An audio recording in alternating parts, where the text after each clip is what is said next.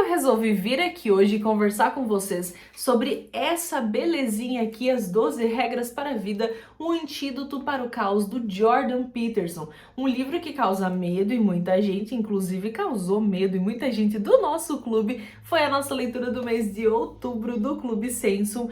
E aí eu resolvi sentar aqui hoje para conversar com vocês e trazer algumas dicas práticas e até mesmo pode ser que sejam bobinhas, mas que pode ajudar em leituras como essa daqui ou qualquer outra leitura que cause medo em você. Então, se você tá aí com receio de ler Jordan, porque tem muita gente na internet que é muito a favor dele e muita gente contra, né? Ele é uma pessoa um pouco polêmica a partir das suas opiniões. Então, se você tá aí com esse medo de começar ou se você já começou e empacou no livro, fique aqui comigo nesse vídeo, porque a minha intenção é trazer algumas dicas práticas para te ajudar na leitura. Inclusive, são dicas que eu sigo para outros livros, não somente para esse, tá? E claro, né, que a intenção aqui é sempre facilitar. E eu sei que esse tipo de livro, livros mais teóricos como esse, livros um pouco mais técnicos, né, que discorrem sobre um tema, eles causam esse medo, essa coisa de, ai, será que eu entendi? Será que eu não entendi?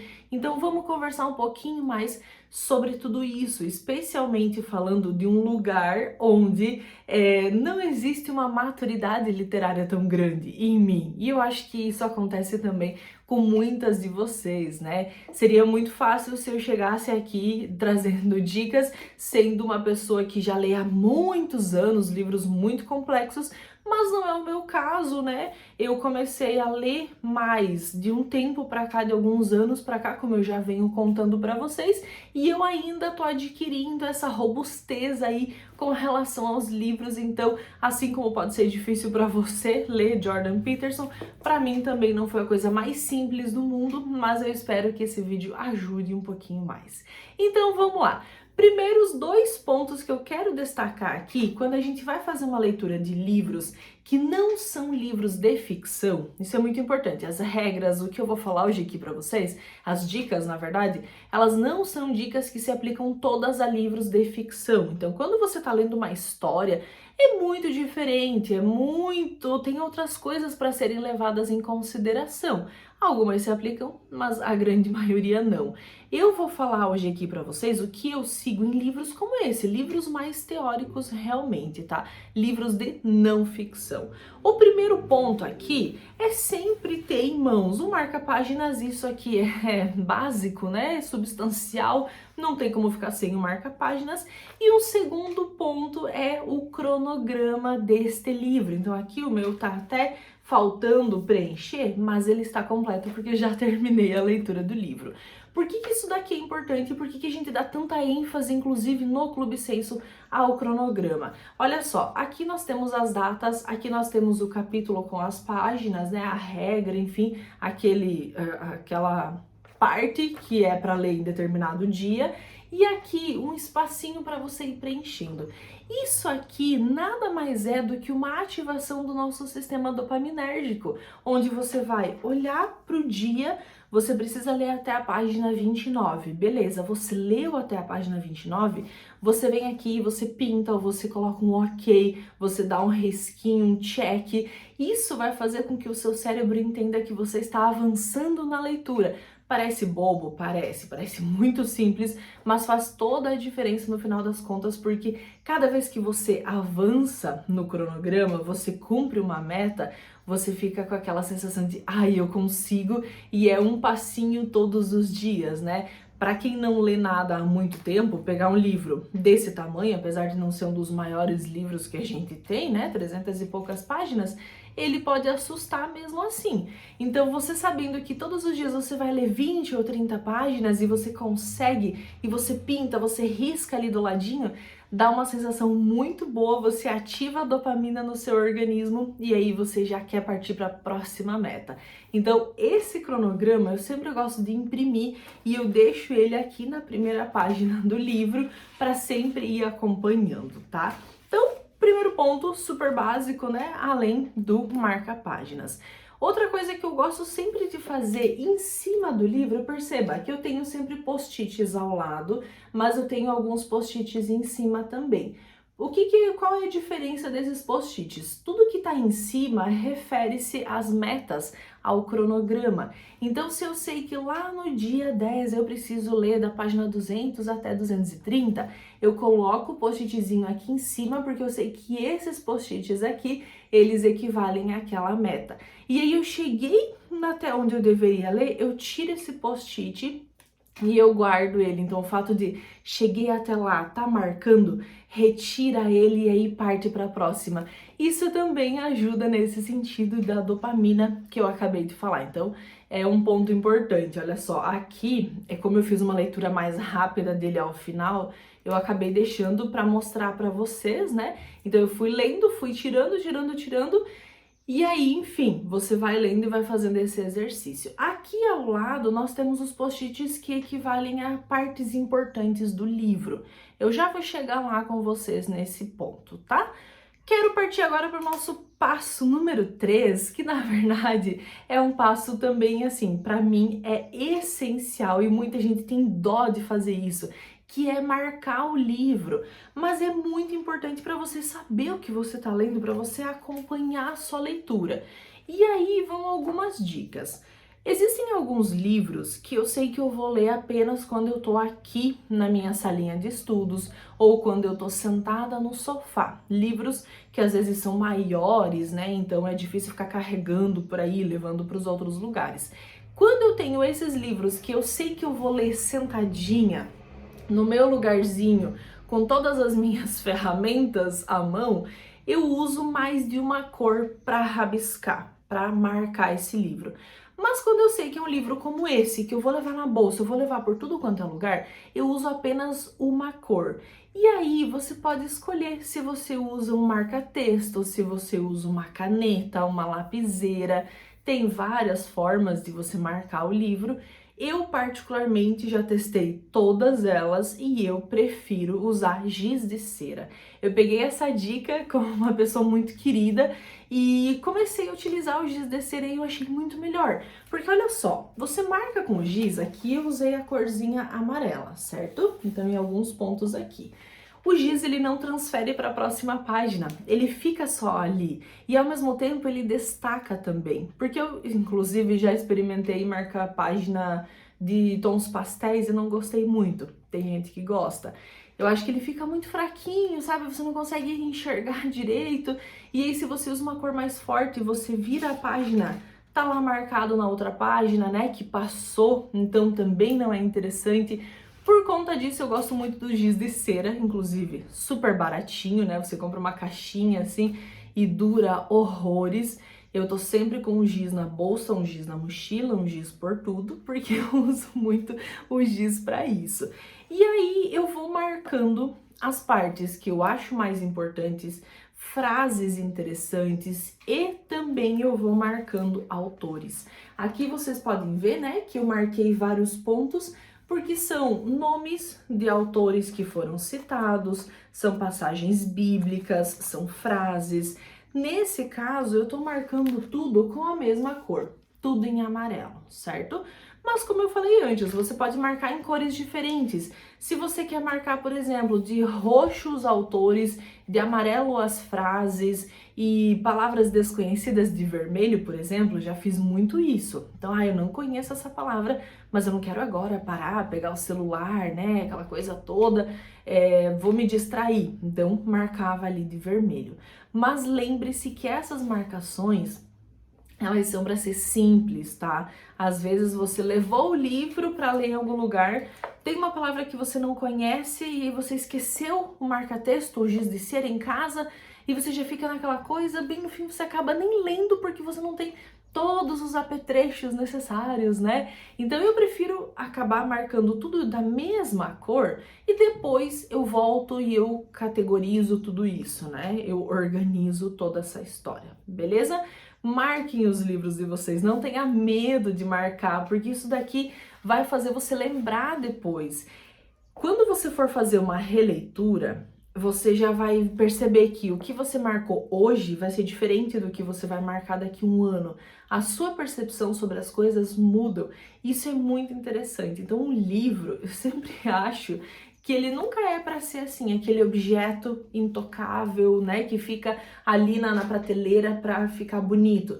Não, a gente tem que pegar isso aqui, a gente tem que aproveitar ao máximo, extrair ao máximo o que a gente pode dele, inclusive usar como objeto de estudo, realmente, né? Então, essa dica de marcar o livro eu gosto bastante.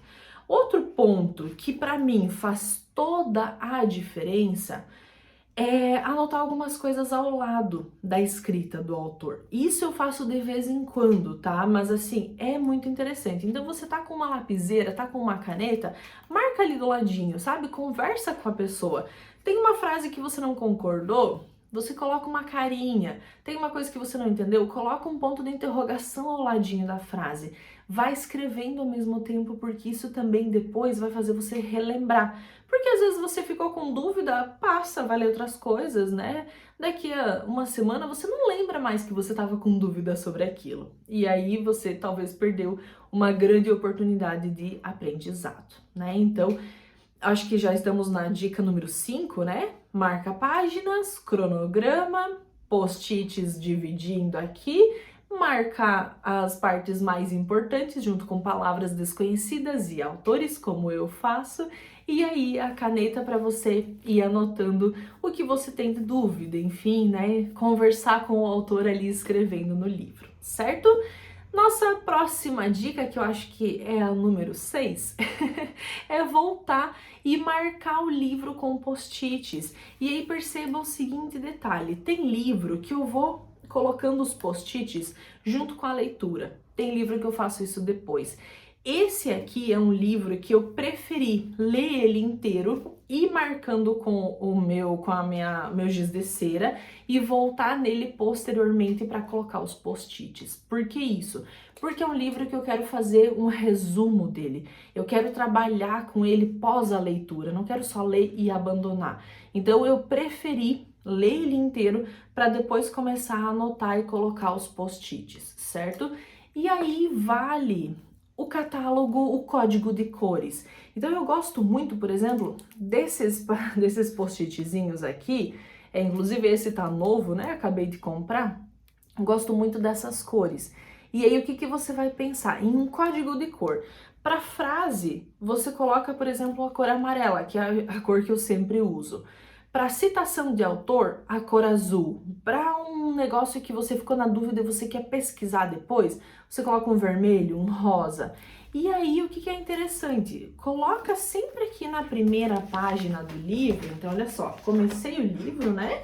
Aqui em cima, nessas partes em branco, até mesmo na capa, coloca um post-it desse e escreve o que significa aquele código de cor. Para que daqui a alguns anos você possa voltar e entender, por que tem post-it amarelo aqui? O amarelo é de frase. Então beleza. Fazer esse código de cores aqui é muito interessante. Eu faço isso em praticamente todos os meus livros, tá? E aí, uma outra dica que eu acho que vale a pena é que você pode pegar esse joguinho de post-it e você pode cortar. Eu sempre corto, eu não tenho a mínima vergonha de falar isso. Ou você pode até mesmo comprar post-its mais fininhos, né? Que são mais marca-linha do que grandes assim. Mas você não tem uma necessidade de gastar um post-it para cada marcação num livro inteiro. Então eu pego uma tesoura e eu corto bem tranquilamente essas tirinhas aqui em pelo menos 3 e eu uso os post-its então um pouquinho mais fininhos e com as cores de acordo com o que eu quero, ok? E aí quando eu tô fazendo isso numa pós-leitura, o que eu já aproveito para fazer? Eu abro uma planilha no Excel, que eu vou mostrar em um próximo vídeo para vocês, e eu vou marcando, se tem um nome de um autor, uma referência de um livro que ele citou, alguma coisa nesse sentido que é referência, eu coloco o post-it da referência e eu já coloco numa planilha do Excel o nome, né? Então, esse autor foi citado em determinada página. Com isso, eu tô criando um banco de dados, eu vou mostrar para vocês bem bonitinho em outro vídeo, mas eu crio um banco de dados daquela referência, daquele autor. Então, daqui a alguns anos eu vou saber, Ah, Dostoiévski foi citado nesse livro que eu li. Se eu quero fazer uma pesquisa sobre Dostoiévski, eu posso voltar, eu vou saber a página que esse autor está citado, em qual livro ele foi citado. Isso para mim, assim, é muito bom, tá? Eu adoro fazer isso, eu tô fazendo isso em praticamente todos os livros. E fora que não dá trabalho nenhum, porque você já está fazendo o trabalho de revisão.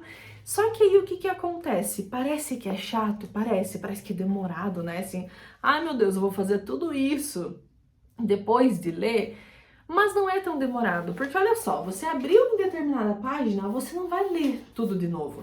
Você vai naquela parte que já tá marcada de amarelo e você vai ver, por que eu marquei isso aqui? Ah, isso aqui é uma frase que eu gostei. Então, post-it amarelo. Ah, aqui ele citou Gênesis. Beleza, é uma citação da Bíblia. Eu quero pegar essa referência aqui. Você coloca um post-it roxo ou de outra cor e você já passa para a planilha. Faz isso na frente do computador. Super rapidinho. Você vai passando página por página ali, marcando os post-its, ok? Palavras desconhecidas que eu posso ter marcado em outra cor, em vermelho, né, como eu falei antes, ou em amarelo, tudo de amarelo, eu passo essas palavras para um caderno de palavras desconhecidas, que volta e meia eu uso ele para, né, colocar o significado, mas eu sou a pessoa que não vai parar no meio do livro para pesquisar uma referência, para pesquisar uma palavra que eu não conheço, eu não gosto disso, me distrai muito fácil.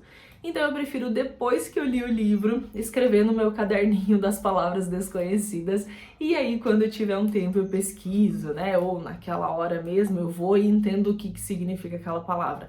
E às vezes, quando eu marquei a palavra no livro, eu não sei o que significa, mas depois eu já respondo ela mesma, né, então isso acontece também, mas com as palavras eu escrevo num caderninho separado, tá?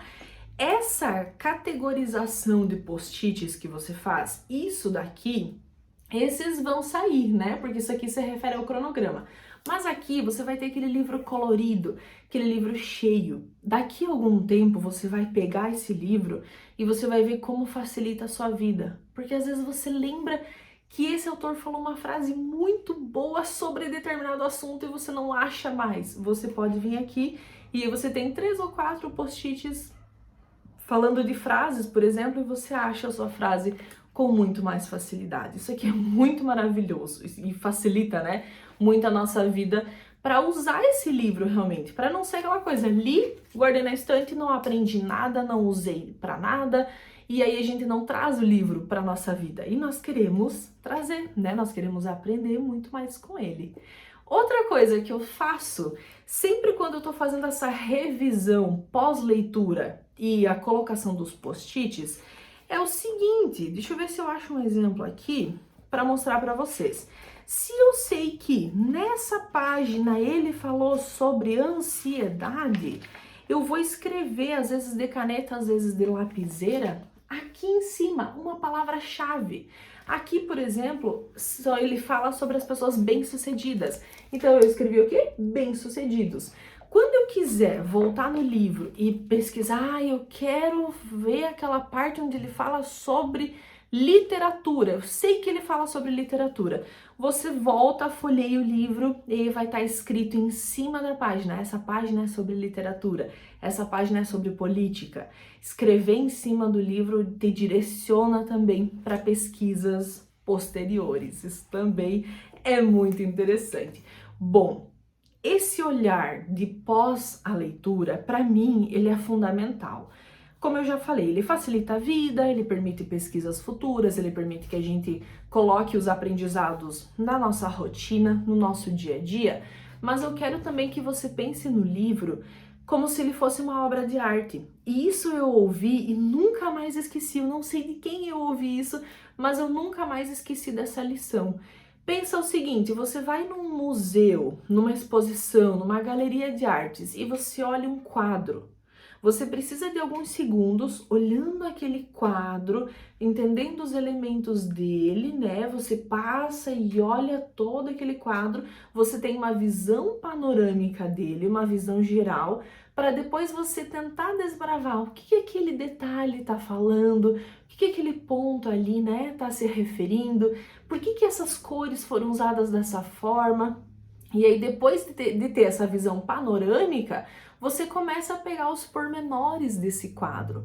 Imagina que o livro é um quadro. E você não vai conseguir ter uma visão dos pormenores, você não vai conseguir esmiuçar esse conteúdo sem você antes ter tido uma visão panorâmica. E como é que você tem uma visão panorâmica do livro? Lendo ele inteiro. Então, às vezes, a gente empaca no meio da leitura, a gente fica naquela página não entendendo muito e não entendia o que ele quis dizer, e aí você não avança no livro, você desiste muitas vezes do livro porque você parou num ponto sem entender. Não faça mais isso, tá? Não entendeu aquela parte? Anota, deixa um negocinho ali riscadinho, passa para frente, porque essa primeira leitura de todo e qualquer livro, ela precisa acontecer de forma mais fluida, porque você precisa ter uma visão panorâmica do livro. Depois, talvez, voltando, né, numa releitura, você consegue entender aquele ponto que você simplesmente leu, passou batido, passou simplesmente, você não conseguiu absorver nada, mas você passou por aquilo. Depois você volta e às vezes você consegue entender com muito mais facilidade. Então pensem no livro como se ele fosse uma tela, uma obra de arte. Faz essa visão panorâmica dele. Tem pontos que não entendeu? Vai ter, sempre vai ter. Beleza, bola pra frente. Depois você volta, revisa. Talvez daqui a algum tempo você faz uma releitura. Só o fato de você voltar para marcar os post-its já faz você pensar sobre pontos que você passou mais batido, mas nunca empaque num livro tentando desbravar tudo que ele tem no primeiro momento, porque você não vai conseguir. Um bom livro, ele sempre vai ter camadas de interpretação. E aí você vai descobrindo essas camadas conforme você mesma vai amadurecendo nessa leitura, tá bom? Esse foi um vídeo um pouquinho mais longo, com algumas dicas que para mim são dicas muito valiosas e importantes, coisas que eu sigo, né, fazendo esse tipo de leitura mais inspecional, uma leitura onde eu quero agregar mais conhecimento, porque a gente tem que usar realmente isso daqui para melhorar a nossa vida, né? Esse é o objetivo final, eu acredito, de toda a leitura. Me conta se esse vídeo te ajudou, se essas dicas foram valiosas. Comenta aqui embaixo que eu quero muito saber o que vocês acharam desse vídeo, tá bom? Eu vejo você no próximo. Até!